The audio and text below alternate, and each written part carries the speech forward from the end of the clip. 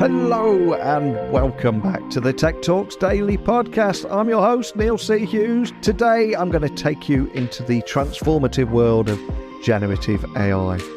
Yes, I know it's a topic that's saturated at the moment. There's a lot of myths, a lot of misconceptions out there. But today's guest, Alex Babin, the CEO of Zero Systems, he's going to shatter some of those myths and talk about the important aspect, what business leaders and enterprises want to be listening and learning about. And for those of you that don't know, Zero Systems is already recognised as a cool vendor by Gartner. They are renowned for its groundbreaking work with Fortune 500 companies, and they help them adopt generative AI. And Alex, with his deep understanding of artificial intelligence and its practical applications, is well regarded for his speaking prowess, dispelling misconceptions about AI, and also introducing new AI metrics and tools. So in today's conversation, we're going to cover two of the most common misconceptions about AI. And Alex will also share best practices into avoiding these misconceptions and how we can focus on understanding ROI and reconstructing all the necessary steps. And we'll also explore the exciting world of user-generated data, how it forms a new layer of metric data, and also the role that AI can play in stitching together disparate ontologies, leading to effective data usage. And we'll also explore the need for end-to-end AI solutions, the impact in this AI gold rush that we find ourselves in, and the importance of AI governance. But enough scene setting for me. Buckle up and hold on tight, because it's time for me to beam your earballs all the way to California, where Alex is waiting to share his story. So a massive warm welcome to the show. Can you tell the listeners a little about who you are and what you do? Hi, Neil. Thank you for having me here. It's a pleasure, an honor. I'm Alex Babin, CEO and co-founder of Zero Systems. And, well, you might be asking what Zero System is and what we're doing. And, of course, we're in the middle of this new era of AI, and we've been doing it for quite some time. Even before people were interested in what large language models is, now everyone and their dog know what LLM is. But what we do, we basically bring AI to enterprises, large organizations. We make it dependable, scalable, and efficient. Because we will talk about that, but because at current stage of AI we are in right now, it's a great start, but a lot of those technologies, they are not yet ready for the enterprise level, enterprise grade quality. And that's what we are helping enterprises with. We help them to build AI applications quickly and efficiently and apply them to the most tedious and laborious processes enterprises can have. And I'm looking forward to digging a little bit deeper on that in a few moments. But before we do, I'd love to take you back in time for a moment and find out more about your origin story. So can you tell me more about what inspired you to co-found Zero Systems and the problems that you're aiming to solve for Fortune 500 companies from the outset? Because I suspect there's a story there, right? It is, of course. And that's my third startup. My first startup was on a hybrid vehicle technology company founded by DFJ. I was pretty innovative at that time. And my second startup was in a field of computer vision and interactive video. That's where I got this AI bug about 12 or 13 years ago. And at that time, AI was in its infancy, and a lot of technologies that we take for granted right now didn't exist. And when we started Zero Systems with my co-founders, we realized that a lot of problems that knowledge workers, and all knowledge workers, right? A lot of problems knowledge workers have is that AI is not augmenting, or the way technologies were at that moment were not augmenting what people are doing, but we're trying rather to replace them. And we decided to take a different approach and try to build the solutions that will augment the way people work and mimic the way they work, helping them, being true co-pilots. That's how it all started. And we started with building summarization algorithms, trying to condense long texts and emails and documents into shorter forms so people can spend less time reviewing them.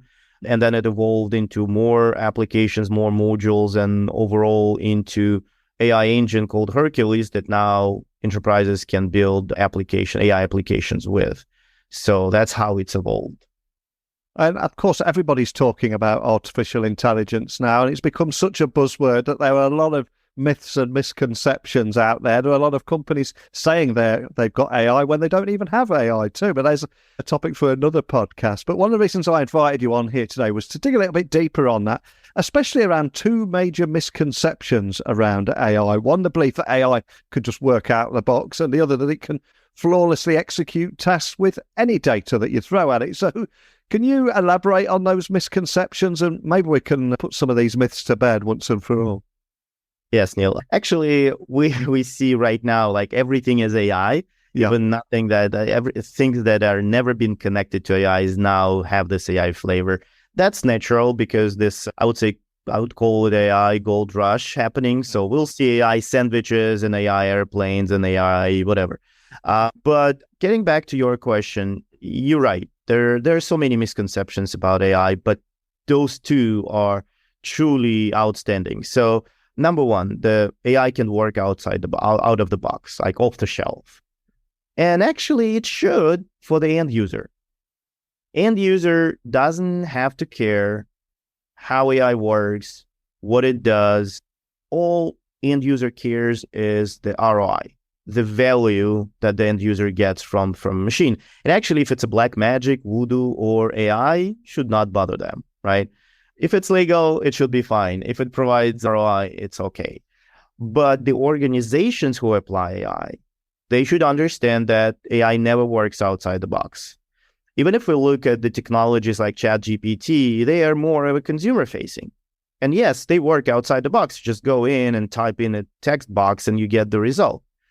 But when it gets to the enterprise level quality, you have to get rid of hallucinations. You need to be able to protect the privacy of your data and so on and so forth.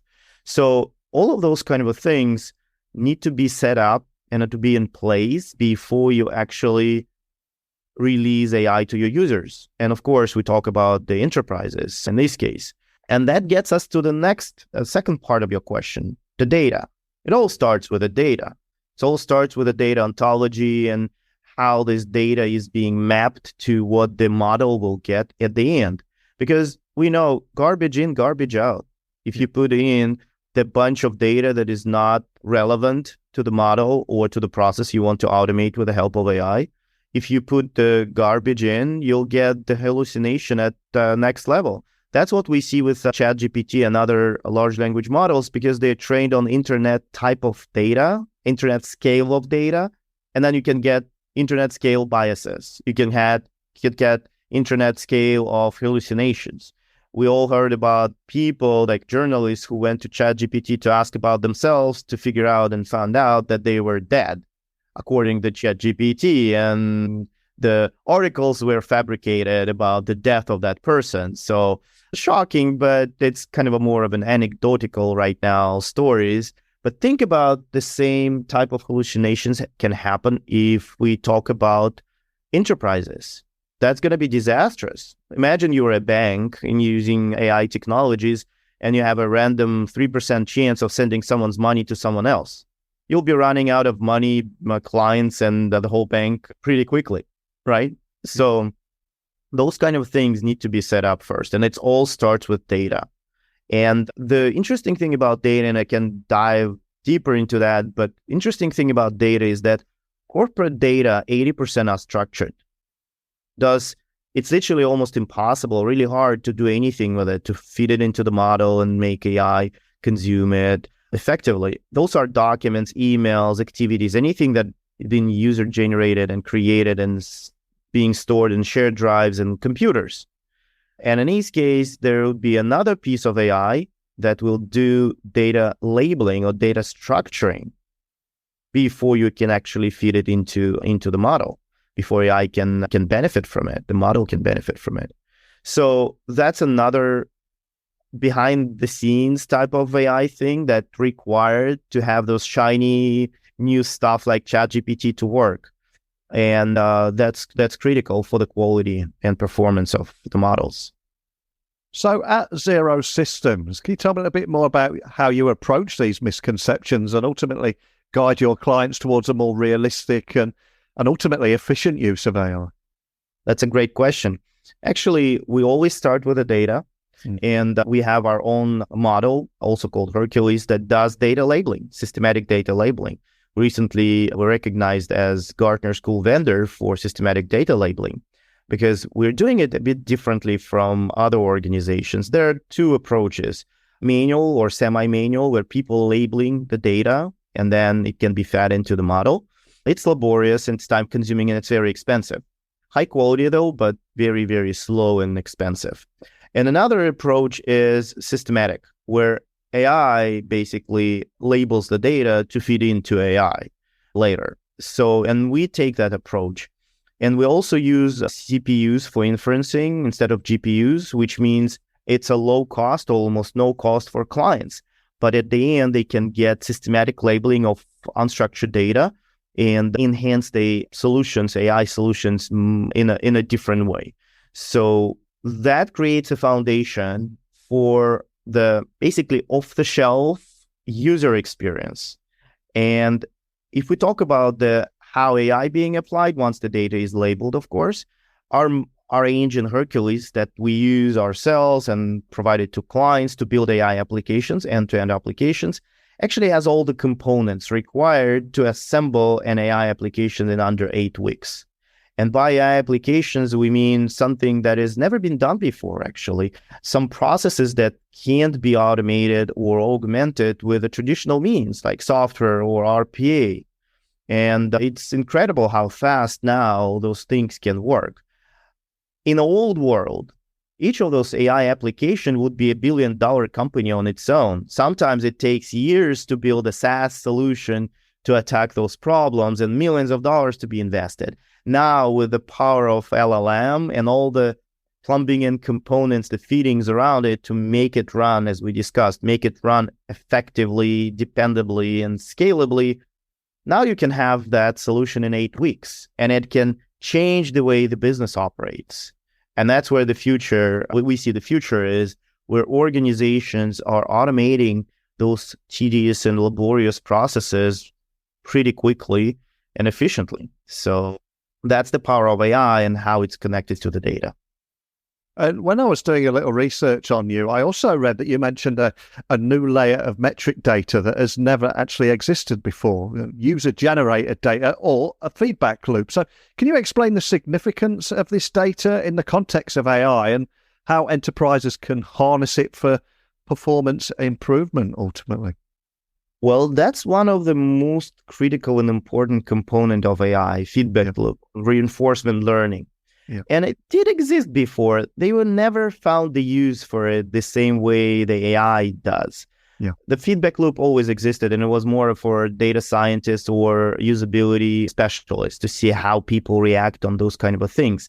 But only with a proliferation of AI into enterprises, we see the feedback loop or the data generated by users when they use a system becomes essential for improvement of the models and for the improvement of the overall how AI works. And there are actually 3 main components that make this generated data, the feedback loop data, critically important. Number one, of course, we already mentioned training the model or improving the model, right? When user interacts with things, the model can see how things are wrong. People go to ChatGPT. Sometimes there is some thumb up, thumb down appears. That's a very simplistic way of kind of giving a lot of confidence for the AI output, right?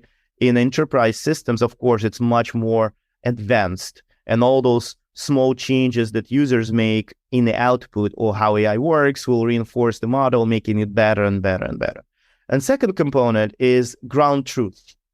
Because when users are still the ground truth for anything, and users know better. And when user changes something, that gets into the ground truth level, and AI knows that's the golden standard. That's how I should perform, right? That's critically important. And the third component is personalization.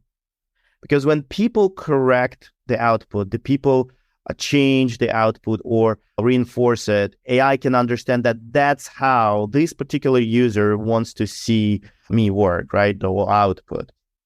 And in this case, we believe in, and that's actually the one of the most beautiful pieces of AI. It can be highly personalized. It can mimic the way knowledge worker works. And in this case, this feedback loop is critically important. And that's what people love about it. And for anybody listening outside the industry, just to bring this to life a little, can you tell me a little bit more about how AI can also act as a stitching mechanism between two ontologies and how that benefits large corporations, especially in terms of data usage? That's a great question. So we know, like we already discussed, that everything starts with the data. Data is the oil or electricity that powers AI. And in this case, large organizations sometimes have not just different systems set up that are not interconnected, but actually even different ontologies, sometimes for the same type of data. And AI doesn't work in isolation. The best AI solutions, we've seen that, we've built those things for our clients, the best solutions that are interconnecting different data sources. They're not just dwelling on one data source and feeding from it. They can feed from multiple sources, absorb this enormous amount of information and do reasoning on top of it. And in this case, those different ontologies, different type of data should be normalized or be the same type so AI can effectively merge them or do the reasoning on top of it. I'll give you an example. Let's say and that's the real case example from one of our clients. People submit reimbursements all the time, right? Yeah. Or they submit invoices that can be, especially in the knowledge work or professional services area, then that can be sent to a client for reimbursement. And also clients have billing guidelines or reimbursement guidelines. It's typically like 50 pages manuscript no one reads ever until your reimbursement report is being rejected. Then people go, oh, let me find why it has been rejected. And it delays revenue collection for professional services firms. It's a huge problem. It's hundreds of millions of dollars of lost revenue and delayed invoices. So in this case, there are two types of data, the reimbursement report and the billing guideline. And those two types of data, they are different ontologies. They have different types or different relationships within the components. So in order for AI to understand and be able to tell proactively to a user, hey, you are going to be submitting a report and it's going to be delayed because of this, this, and that, and also suggest how to rewrite it so it will pass through without rejection. AI needs to understand both ontologies and merge them to basically apply one on top of another. That's as an example of why those ontologies of different data and ability to consume and merge them is critically important. And it's just very simple example. There are much more time-consuming examples of those processes. And those processes cost millions and millions of dollars typically to organizations. And I guess the big elephant in the room is that for most enterprises and business leaders listening, they lack that end-to-end AI solution and often rely on fragmented solutions instead. So I'm curious, to set the scene for where we're heading, what would an ideal comprehensive AI solution look like to you? And how does Xero Systems aim to provide that solution too? That's a great question. I would say we are at the dawn of AI, new AI, brave AI world, right? And I keep comparing it with Brothers Wright First Flight. So we are in the air, we're flying 300 yards, everyone is cheering, amazing achievement, right? We're just 6 months into generative AI, gold rush. But enterprises, they need Boeing 777. They don't need a paper plane made out of dried wood and duct tape and paper. They need reliable, dependable solutions that they can apply quickly and attack those tedious, laborious processes with those type of solutions. So it's absolutely different requirements. And of course, modern AI technologies like large language models, at current stage, they're great for prototyping. Enterprises, the IT people, other companies can prototype quickly and see now it is possible. What has never been done before is now possible with those new technologies. And enterprises understand that either they disrupt their own businesses and they processes with AI, or someone else will, most likely competitor. That drives the whole kind of a rushing into let's apply things faster. But faster doesn't mean better. And remember, we were talking, all those components need to be in place. You can't send your data to outside sources like GPT-4 or other models, because sometimes it's not even the client's data, it's the data of the customers. So you have to keep the data inside. Data privacy concerns are still pretty big issue. Second is hallucinations and quality of AI output, critically important. So enterprises think about that as well. And number three, what you mentioned, end-to-end AI applications. Because enterprises don't care how it works. It need to be reliable, scalable, and need to be applied to existing processes. And that's what we still lack as an industry. And that's what Zero Systems is doing. We help our clients to get those AI applications to attack multiple different processes at a speed of weeks. So because with this components that we've been building for years, I'll give you an example. When enterprises set up a new AI technologies, they think, okay, we figured out the way to apply AI inside our security perimeter. Oh, great. We're not sending the data out. How about the usage of and access to that data inside the organization? Ethical walls. Sometimes they don't even think about it this way, but ethical walls is critically important. And we have that module as part of our ecosystem and our engine. And ethical wall means that the sales manager in Nebraska will not get the same level of access to the data as a CEO of a Fortune 1000 company. It's critically important. I'm simplifying it, but there is so many components around it. And we've been building those modules that are part of our AI engine called Hercules for years. And now those AI applications can be assembled together in a matter of weeks, and they can save enormous amount of time and save enormous amount of money to our customers when applied to the processes that they've never been able to fix before with the traditional means. And we described the current AI landscape as a gold rush of sorts, with the focus on making things bigger, faster, more powerful. But what do you think should be the focus of any AI development? And how does that perspective that you've got help shape the work at Zero Systems too? Dependability and security, those two components. As a new technology, it's a bright and shiny tools. It can be used the wrong way, or it can, if you do not apply enough attention to how stable the solution is, it can be working well at the beginning, then can be degrading. And in this case, it can do more harm than good. So I would say stability and security of AI is the next big thing for the industry, because we're already at the stage or at the level where incredible things can be achieved. Now we need to make sure they are repeatable and always on the same level of quality. And I think what we've got to touch on, especially when talking about AI, given the rapid growth and potential risks associated with AI, I've got to ask, what's your stance on AI governance and ethical considerations, and how the industry, and specifically yourselves at Zero Systems, should approach these issues? Because again, it's a big talking point, isn't it? It is, and everyone is concerned about it. We've all seen kind of the mood changing from like, let's put the nuclear reactor in the middle of the city and push the button to see if it works, to the stage of like, well, wait a second, probably we should not do that. And there are letters appear by the people in the industry saying, wait a second, let's slow down, let's take more responsible approach. And I think the regulation is coming, and it will be part of the AI ecosystem, because it's such a powerful tool. If it falls into wrong hands or being used for the wrong things, the consequences can be disastrous. And the problem is that we can't even predict what those consequences would be and how they would look like, because training models become cheaper. Deploying models becomes easier. We've seen people doing things with the basically on computers that don't even need large scale processing powers or cloud components. So it's going to be very much democratized, and it will look like Wild Wild West right now. Everyone is shooting at everyone.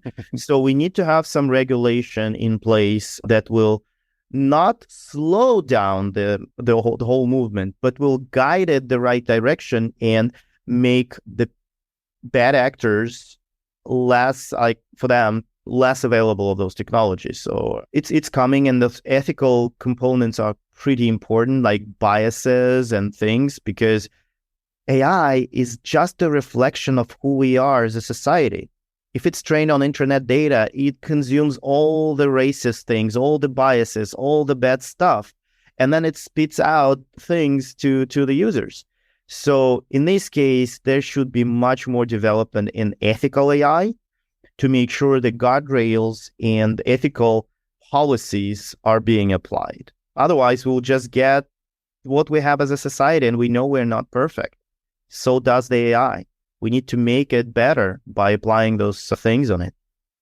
Well, we started our conversation today talking about your origin story, the journey that you've been on, and also dared to look into the future and where artificial intelligence will take us. But before I let you go, I'm just going to ask you to look back at your career for a moment, because I think none of us are able to achieve any amount of success without a little help along the way. So is there a particular person that you're grateful towards? Maybe they saw something in you, invested a little time in you, or someone that helped you get where you are today. Who would that person be? And maybe we can give them a little shout out.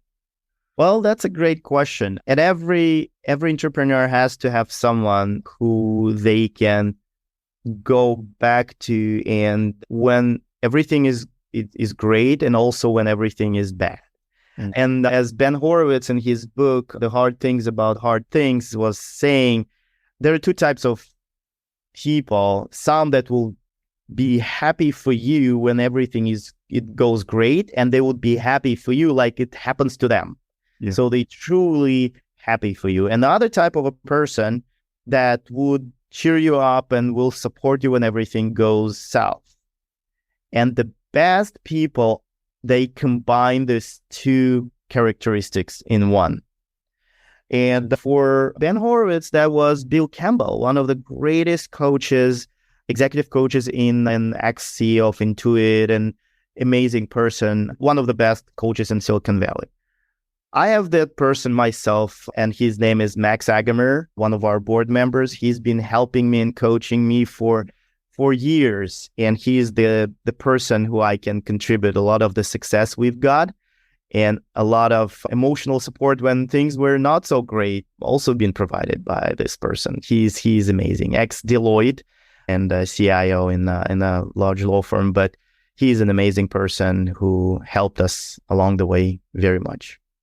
Oh, that's a beautiful answer. And I do hope he's listening there. A big thank you to you. I think it's so nice when we share the people that have had an impact on us or our career. Many people are blissfully unaware at their simple acts of kindness, how helpful they can be. And for anyone listening, just wanting to find out more about the topics we explored today, find out more information about Xero Systems, or even contact your team, what's the best starting point for everything? Because I know there are that many different URL names now. Where would you like to point everyone to? Well, the best way is xerosystems.com. There's a lot of materials about AI in enterprises and what we've discussed and how AI can be applied and how AI can help. But also there is a way to contact the team and see it firsthand. Well, I'll add the links to the show notes so people can find you nice and easily. Love chatting with you today, especially around how enterprises can adopt generative AI. I think I should also mention that you guys don't just work with Fortune 500 companies, but you're also recognised as a cool vendor by Gartner, which is an incredible achievement. But more than anything, just a big thank you for talking about that, the biggest misconceptions of AI, and also your powerful story that brought it all together. But thanks for joining me today, Alex. Thank you, Neil. That was a pleasure to be here. So a huge thank you to Alex Babin from Xero Systems for shedding light on the fascinating and often misunderstood world of AI. And I think his insights into the misconceptions around AI, as well as the power of AI as a unifying force in data ontologies, truly invaluable. But for everybody listening, I hope you found our conversation enlightening, and maybe it just sparked a little curiosity about the potential of AI in your own lives and work life. And remember, the journey towards adopting AI starts with understanding, and there isn't a one-size-fits-all solution. But that's just my thoughts, having chatted to Alex there for 30 minutes. But now I want to hear yours. Email me now, techblogwriter@outlook.com, Twitter, LinkedIn, Instagram, just @NeilC.Hughes. Let me know your thoughts. And I also cordially invite you to join me again tomorrow, where we'll continue to unravel this ever-evolving realm of technology and its impact on our daily lives.